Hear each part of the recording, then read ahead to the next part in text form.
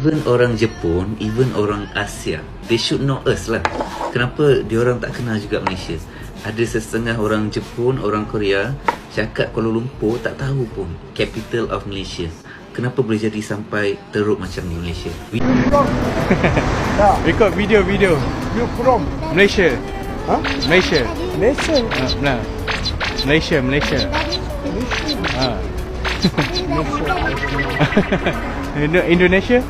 Indonesia.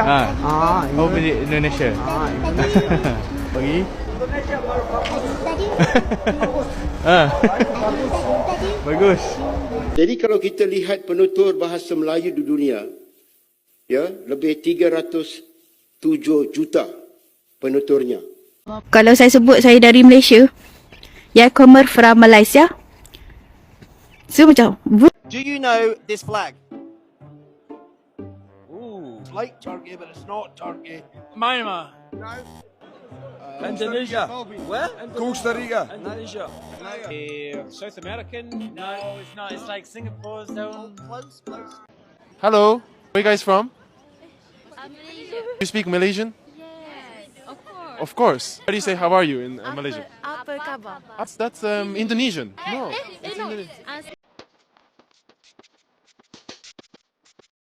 Halo guys, selamat datang di informasi.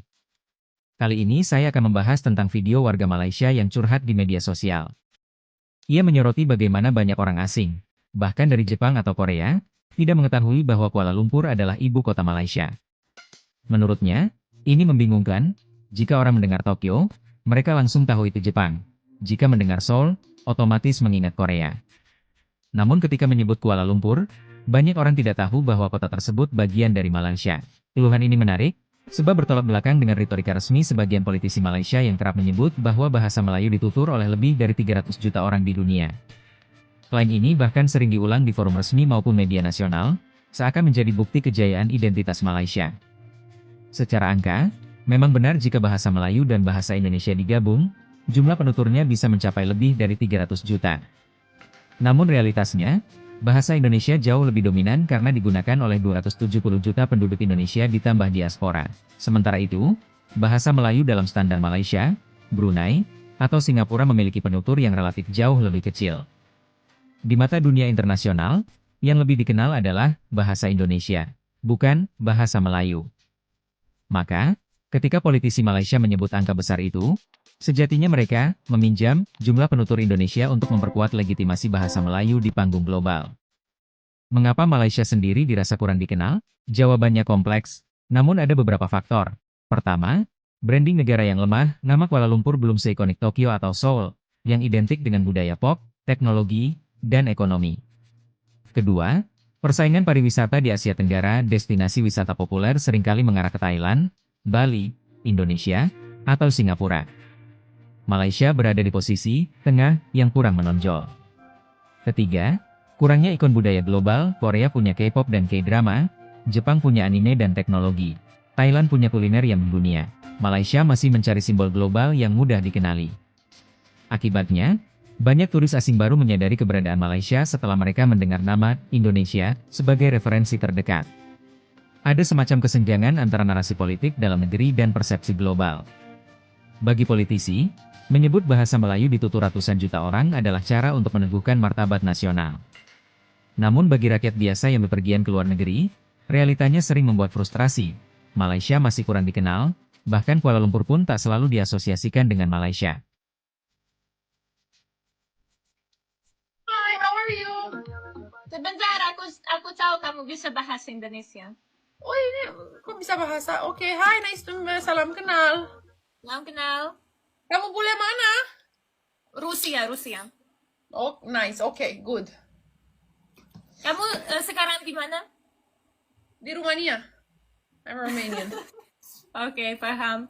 Kamu di mana? Di Rusia, masih di Rusia. Oh, di Rusia. Kamu belajar bahasa Indo di mana? Di Indonesia apa di Rusia? No, aku belajar bahasa Indonesia di Kedutaan Besar Indonesia di Rusia. Oh, kok bisa belajar di situ? Ya, bisa. Ada kursus di sana. Where you from, man? I'm from Singapore, stay in Indonesia. Rian di mana? Di istirahat. You from Singapore? Tapi kamu dari Singapura tapi bisa bahasa Indonesia? Bisa belajar. Kenapa Belajar? kamu? Iya, kamu pun orang Afrika kan, tapi bisa bahasa Indonesia juga sih. Kenapa? Ya, karena aku tinggal di Indonesia, bro. Sama juga, aku pun di Indonesia. Oh, tinggal di Indonesia? Iya, benar. Anjay, baru aku. Di mana, bro, di Indonesia? Di Batam. Batam. Kamu di mana, Bang? Aku di Sukabumi, Jawa Barat. Coba bayangkan ya, kalau di Rusia kita biasanya makan biar nggak lapar kan? Misalnya habis dari sekolah atau gimana, kita biasanya makan ya lapar ya makan gitu. Tapi kalau di sini orangnya menikmati, kayak suka rasa-rasain. Itu yang saya juga belajar di sini sih. Kalau nggak usah buru-buru, makan pelan-pelan dan pilihannya juga banyak. Tapi setelah kita punya anak ya, aku dulu juga kayak rasain. Tapi setelah punya anak, aku lihat ya, kalau aku sudah cepat-cepat makannya, tapi suamiku masih rasain gitu. Iya, tetap ya. Jadi sekarang udah beda gitu, kita makannya aku sudah habis, suamiku masih makan gitu. Ya, emang gitu. Kalau ibu kan harus buru-buru sama anaknya. Iya. Kalau mungkin dari topik makanan, sudah lama tinggal di Indonesia, pernah ada kejadian kayak itu menarik sama